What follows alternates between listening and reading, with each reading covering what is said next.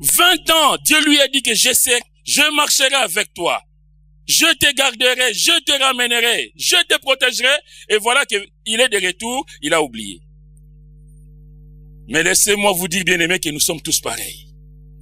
Dieu nous a promis des choses. Dieu veut nous bénir. Dieu nous a bénis. La Bible nous dit que nous sommes bénis de toute bénédiction dans le lieu céleste. Alléluia. Mais combien d'entre nous, bien-aimés, quand nous sommes en difficulté, nous nous appuyons sur nos propres capacités. Nous comptons sur nos propres forces plutôt que de compter sur le Seigneur. Qui a dit lui-même, je suis avec vous tous les jours jusqu'à la fin du monde. Si le Seigneur a dit que je suis avec toi tous les jours jusqu'à la fin du monde, pourquoi toi, dans des cas difficiles, dans des situations difficiles, tu vas commencer à t'inquiéter? Pourquoi je dois commencer à m'alarmer dans des situations où je n'ai pas de solution? Je n'ai pas de solution, mais je sais une chose. Le Seigneur, lui, il est avec moi. Alléluia. Je sais une chose, que le Seigneur, lui, il n'abandonne jamais ses enfants. Je suis avec vous tous les jours jusqu'à la fin du monde. La Bible continue en disant que, et si Dieu est pour nous, qui sera contre nous? En d'autres mots, si nous sommes dans le camp de Dieu, qui peut être contre nous? Qui se levera contre nous? Bien-aimés, est-ce que nous avons conscience de cet état des choses, de ce que nous sommes réellement, que nous sommes des enfants de Dieu, que nous avons la parole de Dieu, nous avons les promesses de Dieu, et que chaque jour nous devons nous appuyer sur les promesses de Dieu. Chaque jour de ma vie, je vais m'appuyer sur ce que Dieu a dit. Je ne veux pas compter sur mes propres moyens. Je ne veux pas faire confiance à un homme, mais je vais faire confiance à Dieu. Alléluia. Mais béni soit Dieu qui reste fidèle malgré nos infidélités. Dieu reste fidèle malgré nos infidélités. On voit ici comment Jacob est en train de se dépatouiller tout seul. Tout seul. Mais alors que Dieu est là. Alors que Dieu lui a dit, je te prendrai et je te ramènerai. Béni soit le Seigneur, le Dieu d'amour, bien-aimé, qui nous aime d'un amour infini, malgré notre manque de confiance en son égard. C'est facile d'accuser Jacob, oui, mais Jacob, Dieu lui a parlé vraiment. Jacob, Bethel, Jacob, l'expérience. C'est comme souvent on parle du peuple d'Israël. Ah oui, le peuple d'Israël qui a vu des miracles, qui a traversé la mer Rouge. Comment ce peuple a pu oser? Bien aimé, mais nous aussi, nous osons défier le Seigneur. Nous aussi, nous faisons des choses qui ne sont pas pour la gloire de Dieu.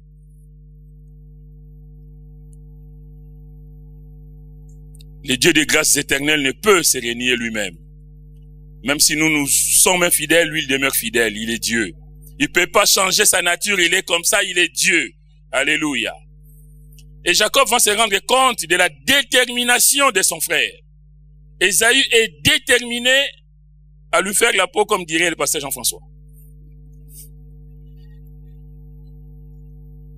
Il faut reconnaître que Jacob connaît la haine que son frère a contre lui. N'oublions pas qu'une des principales raisons de son départ fut le propos d'Ésaü qui a dit dans Genèse 27, verset 41, Ésaü conçut de la haine contre Jacob. Il disait dans son cœur, les jours du deuil de mon père vont approcher et je tuerai mon frère. Donc, parce que ces propos ont été rapportés à leur mère, que la maman a dit non, non, non, alors quand si c'est comme ça, je ne veux pas peur de mes enfants, il faut que tu t'en ailles. Mais devant l'échec de son plan personnel, qu'il a conçu en envoyant des présents, parce que là, il prépare. Jacob est en train de préparer des cadeaux, il a fait son plan, il dit, bon, ben, je vais envoyer à Ésaü, comme ça, je vais le calmer. Le messager revint auprès de Jacob en disant, nous sommes allés vers ton frère Ésaü, et il marche à ta rencontre, avec 400 hommes. Aïe, aïe, aïe. Aïe, aïe, aïe. Là, Jacob, il sait plus quoi faire. Il sait plus quoi faire. La Bible nous dit, verset 7 et 32-7, Jacob fut très effrayé et saisi d'angoisse.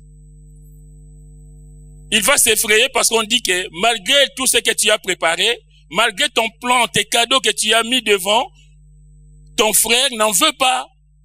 Il veut te faire la peau. Mais Dieu est bon et je dis que merci Seigneur parce que Il permet que dans des moments difficiles, que nous puissions crier à lui. Et Jacob va prier. Et là, il réalise que j'ai fait mon plan, j'ai tout arrangé, mais ça n'a pas suffi. Alors, qu'est-ce qu'il me reste? Il ne me reste plus qu'à prier. C'est verset 9 à 9, 10, 11. Jacob dit, Dieu de mon père Abraham, Dieu de mon père Isaac, Éternel, tu m'as dit. Là, Jacob se souvient de ce que Dieu lui a dit.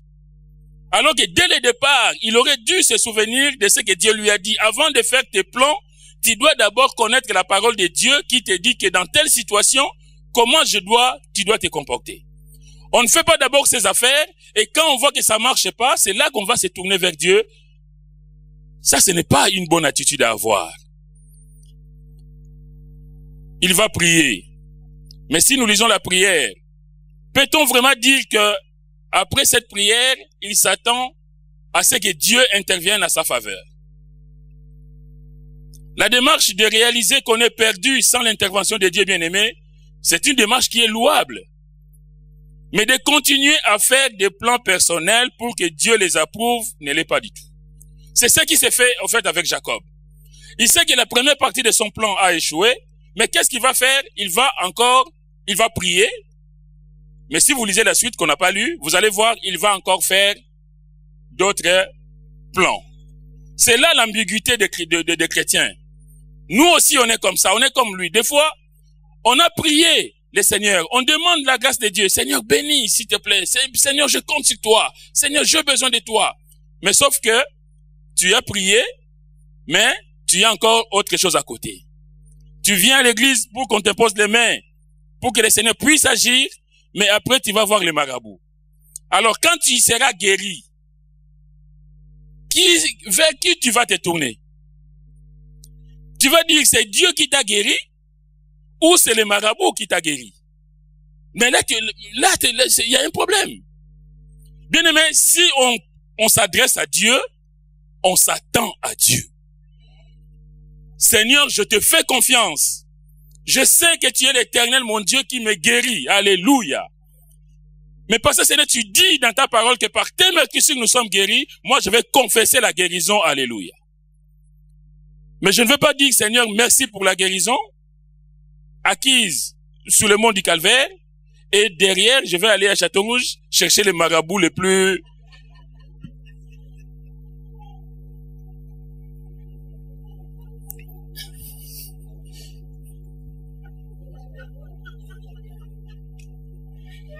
Il y a une sœur qui, quand on habitait Van, il y avait une sœur qu'on ramenait souvent. Une fois, j'étais surpris. Enfin, on était surpris avec mon épouse. Elle nous dit dans la voiture, « Ah oui, mais j'ai été voir le curé qui m'a donné une bouteille d'eau. » Ah bon? T'as été faire quoi? Voir le curé qui t'a donné une bouteille d'eau? Parce que t'avais mal au ventre. C'était quelqu'un qui était ici parmi nous. Mais ce n'est pas possible. Tu ne peux pas faire confiance à Dieu et aller chez quelqu'un pour qu'il te donne une bouteille d'eau. Que veux-tu que l'eau du robinet là qu'il fasse pour toi? Mais elle était là, elle était en train de dire, oui, le curé m'a donné une bouteille d'eau. On voit combien bien aimé, tout en étant à l'église, mais nous sommes encore dans l'erreur. Il y a encore beaucoup, on a du travail à faire, bien aimé. On a besoin vraiment de prier les uns pour les autres, de nous exhorter, de nous édifier, de se parler, de se connaître et d'aider, de soutenir les autres. Parce que là, tu réalises que la sœur, malgré tout ce qui est annoncé, malgré la parole de Dieu, malgré tout ce qui est fait, mais la sœur a aussi de fréquentations on va dire extra-ecclésiastiques. Hors de l'église. On vient à l'église les dimanches, les mardis, les vendredis, alléluia, que le Seigneur soit béni. Mais en même temps, on a des pratiques qui sont contraires à la volonté de Dieu. Alors, si Dieu intervient pour nous, qui est-ce que tu vas remercier? C'est ça le risque. Est-ce le plan de Jacob, si Dieu le bénit, si son frère est apaisé, est-ce que Jacob va dire que c'est son plan qui était un bon plan, ou c'est parce que c'est Dieu qui a agi parce qu'il a prié?